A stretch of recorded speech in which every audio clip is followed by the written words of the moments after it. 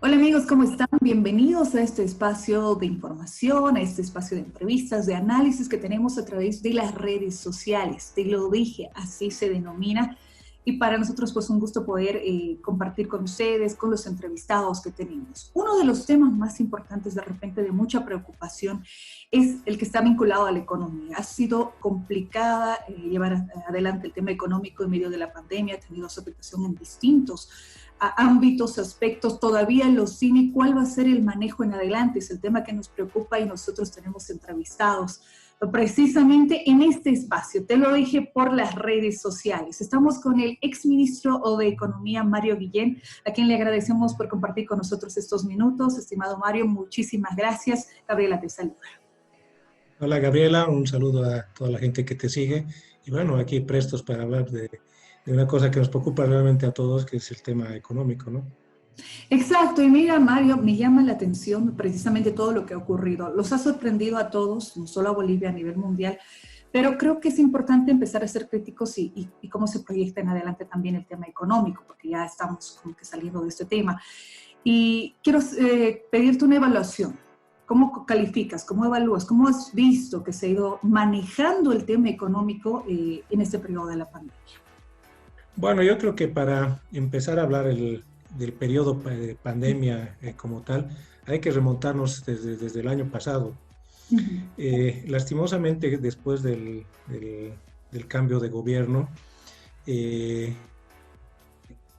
toman las riendas personas que desde mi punto de vista tenían mucha improvisación y además han entrado a hacer mucha política en el poco tiempo que deberían ellos haber tomado el gobierno, porque era un gobierno de transición, tenían que hacer las elecciones muy rápidamente, pero ellos ¿qué hacen? Empiezan a restringir la inversión pública, que siempre ha dinamizado la economía, empiezan a suspender pagos, y eso se va notando porque el último trimestre del año pasado ya el crecimiento de la economía empieza a verse afectado. Entonces ellos empiezan a generar una suerte de manejo diferente, si vale el término.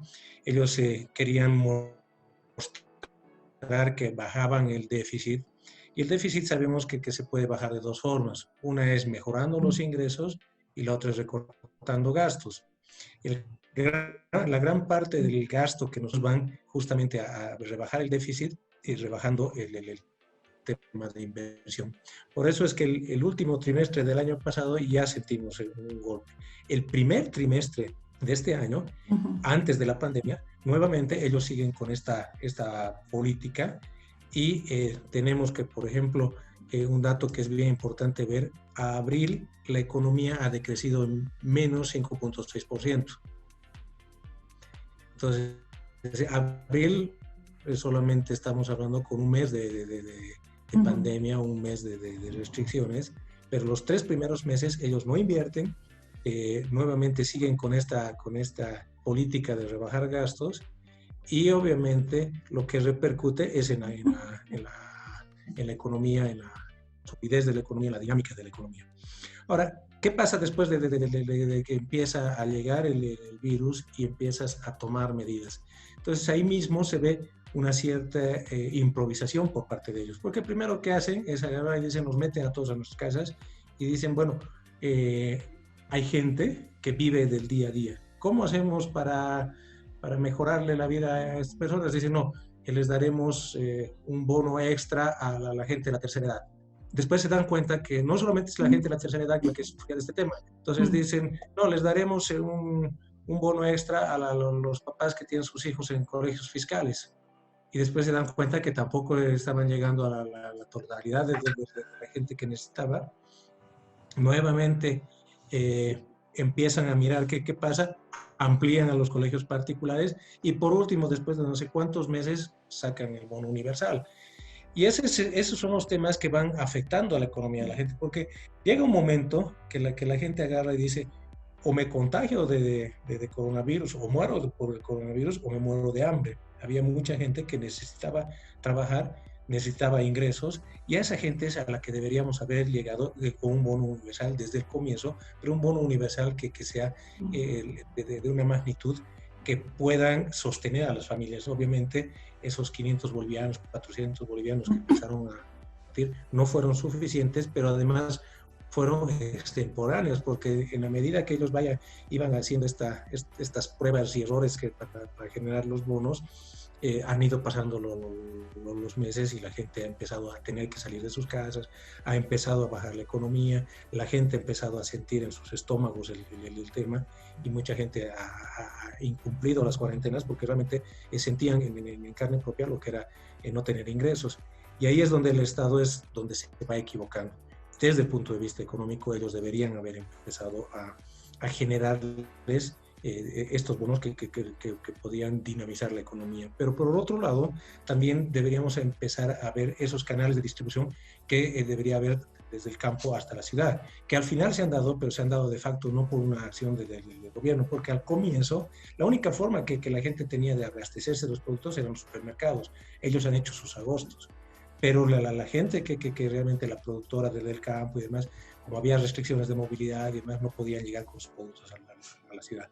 Al final han logrado vencer los obstáculos y ha llegado, pero esto ha sido más por un tema de necesidad de la gente que por un tema de acción del propio gobierno. Entonces, desde todo punto de vista, desde una perspectiva económica, ha habido mucha improvisación en el manejo de la pandemia. Y a eso hay que sumarle todo lo que es los actos de corrupción, todo lo que es el mal manejo, digamos, de compras estatales, el mal manejo del manejo de la salud, de haber comprado insumos para salud, y a eso ha generado que esta crisis o este problema económico también se convierta en un problema de salud, y nos estamos ya direccionando a una crisis económica bastante complicada si es que no se empiezan a tomar medidas desde ya, ¿no? Hace rato María hablaba sobre los hechos de corrupción, sobre los hechos que se han dado, que han generado un daño económico. ¿Cómo se maneja en estos casi 10 meses que tiene transitorio este tema? Y el otro lado también vinculado, le decía, a, por ejemplo, algunos contratos que están generando afectación al Estado. El caso YPFB, nada más, que hemos visto mediáticamente, ¿no? Las denuncias. ¿Qué está pasando? ¿No se está investigando? ¿No se está manejando adecuadamente? ¿Qué instancias deberían hacer seguimiento a estos temas? Que en esta situación, pues no, lo que menos necesitamos es precisamente ese daño económico al Estado que afecta directamente a las familias y a Bolivia. Sí, eso es lo que realmente creo que la gente hoy por hoy está indignada. Tenemos un gobierno que debería hacer una transición más para unas nuevas elecciones. Sin embargo, parecería que en el corto tiempo que ellos están aquí, se han dedicado a hacer hechos de corrupción, o sea, han entrado con otro objetivo, no necesariamente un objetivo de hacer una gestión que beneficie a la gente.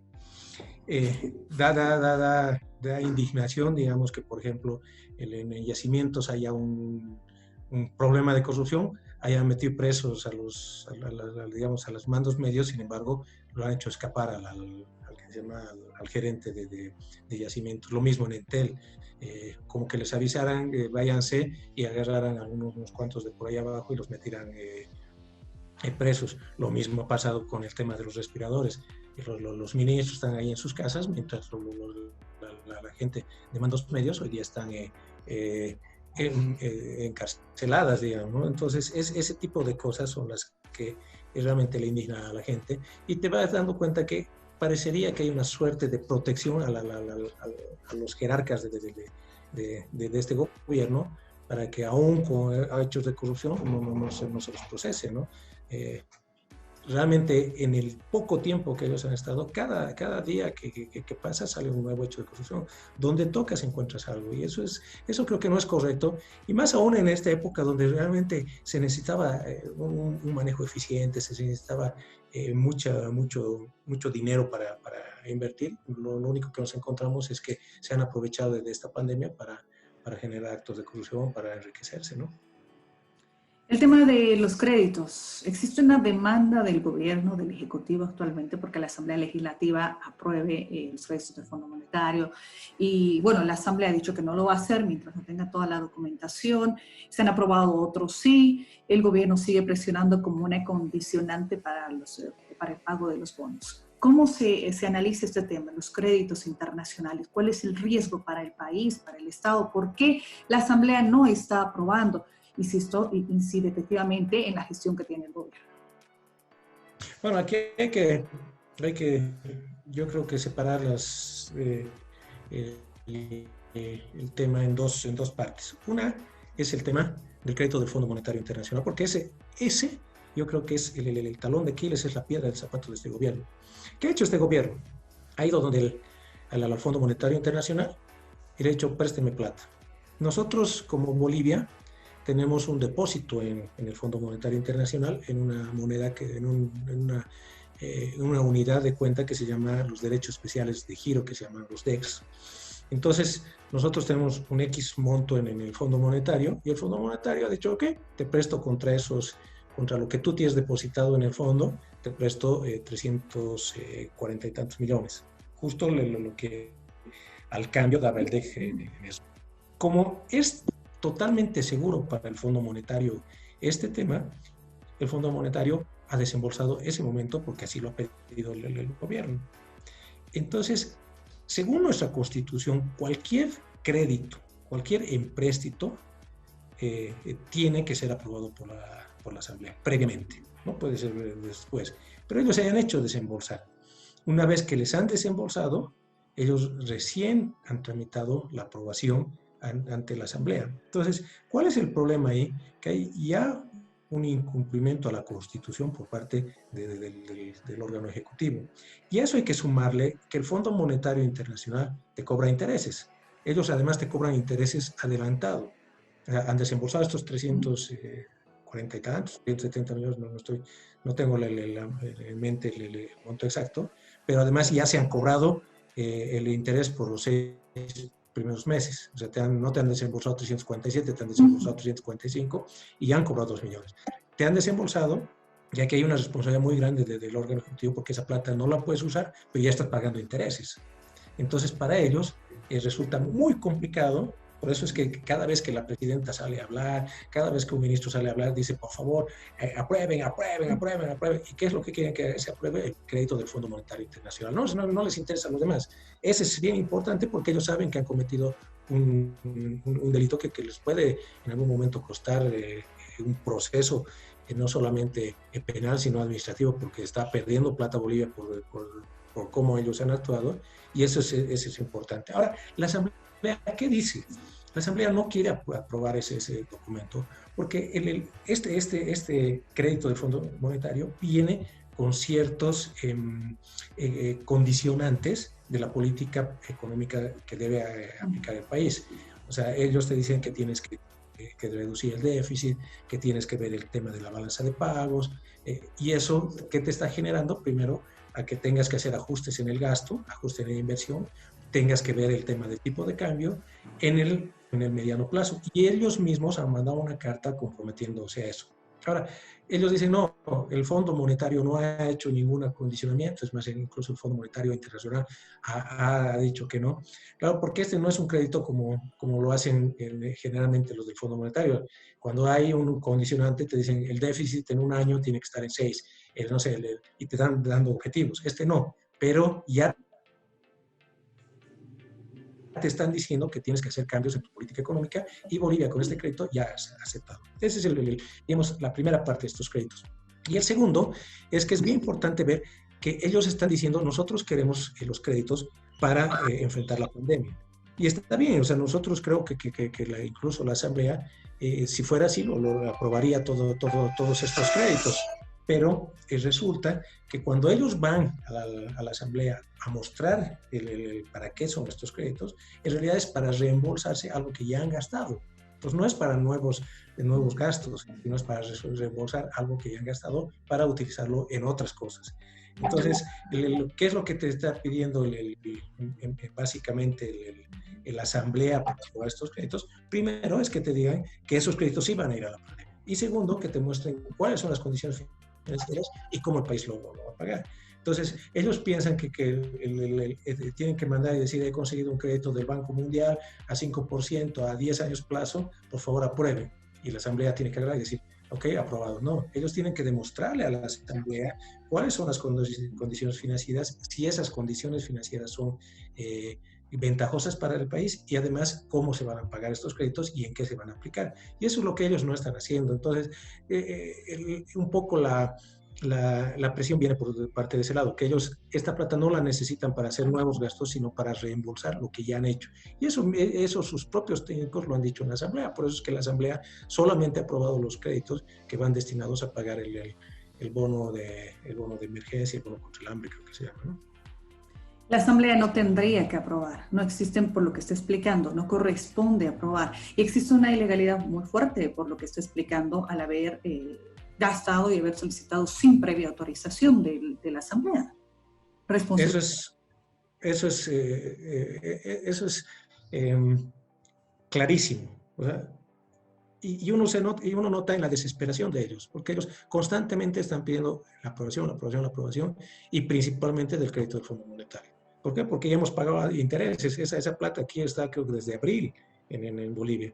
Y estamos hablando de abril, mayo, junio, julio, agosto, hemos pagado intereses de una plata que no la estamos usando porque nunca le hicieron aprobar previamente a la Asamblea, ¿no? Entonces ellos saben que hay una responsabilidad penal, hay una responsabilidad hasta administrativa porque hay un daño económico muy fuerte al Estado por este desembolso del Fondo Monetario, ¿no? ¿Cuál es el nivel de recesión o de afectación económica que tenemos? ¿Cómo se puede medir por lo que ha visto, por lo que se conoce también a través de las mismas publicaciones? Mire, ahorita de lo que se ha publicado a abril, como le decía, estamos con un decrecimiento del 5.6%. Nosotros hemos hecho nuestros cálculos de proyección, cómo vamos a terminar el año. Creemos que la actividad económica va a decrecer en menos 10%. Y eso es complicado, porque Bolivia ha ido creciendo todos los años, pero ya un decrecimiento de esa magnitud lo que nos va a dar es una crisis muy complicada después de esta pandemia. Analizando nosotros tenemos dos crisis que se van a dar hoy día. Va a haber una crisis de demanda y va a haber una crisis de oferta. ¿Qué significa esto? Que muchas de las empresas que hoy día están generando bienes y servicios que han estado funcionando en Bolivia, en algún momento pueden cerrar. Esa es la oferta. Entonces, ¿qué es lo que tenemos que generarles? Es un nuevo mercado, una nueva forma de reactivar nuestras empresas. Y es por ello que también una de estas cosas que se han hecho para ayudar a la oferta es esta ley de diferimiento de créditos por los próximos 6 meses más. ¿Para qué? Para quitarles, digamos, de la soga al cuello a nuestros empresarios. Pero también por el otro lado tenemos la crisis de la demanda y ahí también es importante ver. Por eso es que estos bonos que se están generando, eso va a ir a incentivar un poco la dinamización de la economía, dándole plata a la gente para que tenga la posibilidad de comprar el compro boliviano. Eso sí, hay que incentivarlo, el compro boliviano, hay que empezar a meterle plata al agro, porque esa es digamos, la forma en la que vamos a poder reactivar nuestra economía. Hoy estamos, y eso se nota al salir a la calle, en un problema de que ciertas empresas sí les ha ido bien, las farmacéuticas, los supermercados y demás, pero por otro lado, digamos, los constructores, el comercio, les ha ido mal. Entonces, ahí es donde tenemos que ir atacando. El turismo, por ejemplo, los hoteles, ese tema tenemos que ir atacando y lo tenemos que hacer muy rápidamente. Por eso es que creo que hay que hacer un análisis muy fuerte. Tenemos una oportunidad importante, porque en todas crisis siempre se genera una oportunidad, y es de una vez empezar a generar las condiciones para que nuestra industria, para que nuestros agricultores, para que ellos puedan, digamos, desarrollarse y puedan generar, digamos, una forma de venderle a toda la población. Pero por el otro lado, a la población también tenemos que darle la posibilidad de generar mejores fuentes de trabajo y generarles los recursos suficientes para también reactivar la demanda, ¿no? Con esto termino. ¿Cuánto tiempo se necesita, se estima, para lograr tener una estabilidad relativa después de esta acción? Esa es una pregunta muy, muy difícil. Creo que es imposible darte, digamos, una respuesta así, pero yo creo que hay, como te decía, hay medidas que hay que tomarlas muy rápidamente, en el, digamos, en inmediato plazo. Hay medidas que hay que tomarlas en el mediano plazo y hay unas que ya van a más largo plazo. No sé, yo creo que, digamos, si podemos, si hay una eficiencia, digamos, en la asignación de recursos, tenemos que empezar a meterle plata a largo, hay que empezar a ver el tema productivo, hay que ver el tema del turismo interno para nuestros hoteles, nuestra gente, y eso te puede dar, digamos, en el inmediato plazo ya una señal de reactivación. En economía siempre se habla de los ciclos económicos. Uno cae y después ya empieza a subir. Y entonces yo creo que ya vamos a tocar el fondo y lo que nos va a tocar es empezar a subir. Pero ahí tiene que venir acompañado de una gran inyección de recursos por parte del Estado. Hay que empezar a ver el de renegociar nuestra deuda externa para que ese dinero que estaba destinado a pagar deuda externa lo podamos utilizar en el mercado interno o en el tema interno. Y eso es agro, industria, turismo, compro boliviano, todas esas son medidas que hay que empezar a aplicarlas inmediatamente. Ya más adelante tienes que empezar, digamos, con proyectos de, no sé, de fondos de garantía, de generarles condiciones financieras para que nuestros empresarios, nuestros pymes y demás tengan la posibilidad de mejorar sus producciones, pero en el inmediato plazo hay que empezar a meter, como te decía, mucho dinero, mucho incentivo a nuestros agricultores y a nuestras pequeñas empresas para que empiecen a dinamizar y empiecen a generar empleo, porque uno de los grandes problemas que está generando esta pandemia es primero que está generando mucho desempleo. El desempleo que estaba, si no me equivoco, en 6%, ya ha subido hasta el 11%, pero además en muchas empresas les han bajado el sueldo a la gente. Entonces ha disminuido el nivel de ingreso de la gente, y eso es lo que hay que empezar nuevamente a reactivar. No sé si te podría decir 1 año, 2 años, y tal vez sea muy poco, pero yo creo que con las medidas correctas ya podemos empezar a sentir el siguiente año que la economía está volviendo a reactivarse. Estimado Mario, muchísimas gracias. Evidentemente es complicada la situación, dependerá de las políticas, de las acciones, de cómo se vaya a administrar en adelante también y qué necesita el país, sin duda alguna. Muchísimas gracias por estos minutos y siempre bienvenido a este espacio, te lo dije. No, gracias a ti. Realmente este es un tema bien importante, apasionante. Creo que incluso de mucho debate con la gente para ver qué se puede hacer. Pero yo creo que la mejoría de la vida de la gente viene nomás con la aplicación de las políticas económicas correctas. O sea, yo creo que hay que tomar el ejemplo de estos 14 años donde hemos incentivado el mercado interno y demás para que podamos mejorar la vida de la gente. En caso contrario, realmente no se vislumbra, digamos, un buen futuro para nosotros, pero hay que debatir. O sea, al final yo creo que no todos tenemos la verdad la verdad absoluta, y hay que debatir. Y este espacio yo creo que es bien importante para que la gente también conozca qué uno piensa, y la gente también pueda hacer sus divergencias con lo que uno piensa, con lo que uno cree que se puede aplicar.